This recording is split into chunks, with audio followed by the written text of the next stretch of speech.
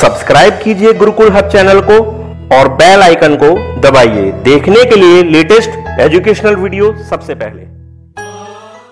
Hello guys, YouTube के Gurukul hub channel में आपका स्वागत है और आज की इस वीडियो में हम बात करेंगे मध्यकालीन भारत जैसे कि चल रहा है दिल्ली सल्तनत की। मोहम्मद गौरी तक मैंने आपको बता दिया था।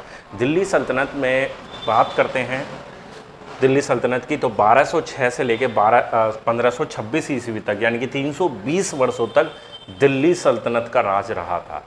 ठीक, 1526 में पानीपत का जो प्रथम युद्ध हुआ था, बाबर ने इब्राहिम लोदी को हराया था और उसके बाद मुगल साम्राज्य पूरी तरह से स्थापित हो जाता है।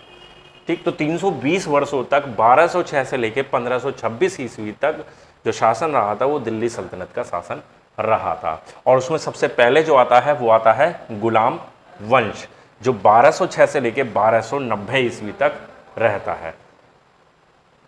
ठीक, तो गुलाम वंश का गुलाम वंश नाम क्यों पड़ा? सबसे पहले तो ये क्वेश्चन होता है कि गुलाम वंश का नाम गुलाम वंश क्यों पड़ा।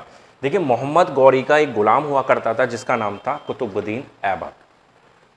उसी गुलाम की वजह से कुतुबुद्दीन ऐबक मोहम्मद गौरी का गुलाम था, इस वजह से ही ये जो वंश स्थापित होता है वो गुलाम वंश के नाम से जाना जाता है। कुतुबुद्दीन ऐबक जो 1206 ईस्वी में गद्दी पर बैठा था और 1210 तक उसका शासन रहा था, गुलाम वंश का संस्थापक कहा जाता है। ठीक है, क्वेश्चन पूछा जाता है गुलाम वंश का संस्थापक कौन है, तो गुलाम वंश का संस्थापक कुतुबुद्दीन ऐबक को माना जाता है जो मोहम्मद गौरी का गुलाम था। ठीक, आगे बात करते हैं तो कुतुबुद्दीन ऐबक ने कुतुब मीनार का निर्माण करवाया था। कुतुब मीनार का निर्माण दिल्ली में महरौली एक स्थान है वहां पर करवाया था और जो कुतुब मीनार का निर्माण करवाया था वो प्रसिद्ध सूफी संत ख्वाजा कुतुबुद्दीन बख्तियार काकी के नाम पर किया गया था। किसके नाम पर किया गया था? एक सूफी संत हुआ करते थे ख्वाजा कुतुबुद्दीन बख्तियार काकी, तो उनके नाम पर ही कुतुब मीनार का नाम कुतुब मीनार रखा गया।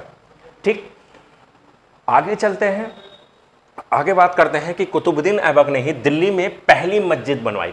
प्रथम मस्जिद बनाने का जो श्रेय जाता है वो गुलाम वंश के संस्थापक या मोहम्मद गौरी के गुलाम कुतुबुद्दीन ऐबक को जाता है। ठीक है, पहली मस्जिद का निर्माण कराया और उस मस्जिद का नाम था कुव्वत उल इस्लाम। ठीक है, क्वेश्चन कई तरीके से पूछा जा सकता है। क्वेश्चन पूछा जा सकता है कि कुव्वत उल इस्लाम का निर्माण किसने करवाया, तो आंसर हो जाएगा कुतुबुद्दीन ऐबक।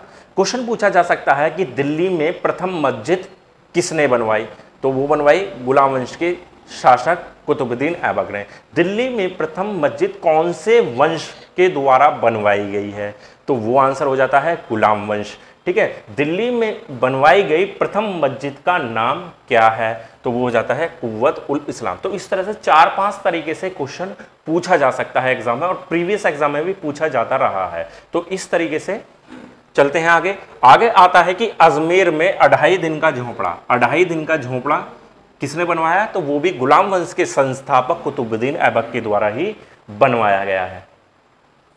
ठीक है, तो 3 इमारतों को बनाने का इनको श्रेय जाता है। एक तो कुतुब मीनार, दूसरा प्रथम मस्जिद यानी कुव्वत उल इस्लाम और तीसरा जाता अजमेर में 2.5 दिन का झोंपड़ा। तो गुलाम वंश के संस्थापक कुतुबुद्दीन ऐबक से जुड़ी हुई ये 3 प्रसिद्ध ऐतिहासिक इमारतों का जिक्र आता है भारतीय इतिहास के अंदर।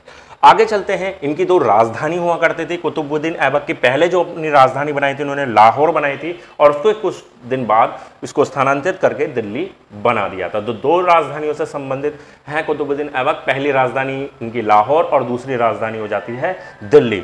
और बात करते हैं आगे, तो कुतुबुद्दीन ऐबक को लाख बख्श के नाम से भी जाना जाता है। क्वेश्चन पूछा जाता है कि लाख बख्श के नाम से किसे जाना जाता था, वो है कुतुबुद्दीन ऐबक। और कुतुबुद्दीन ऐबक की जो मृत्यु हुई थी वो चौगान एक खेल होता है पोलो, ठीक है, उससे खेलते हुए घोड़े से गिरकर इनकी मृत्यु हो गई थी।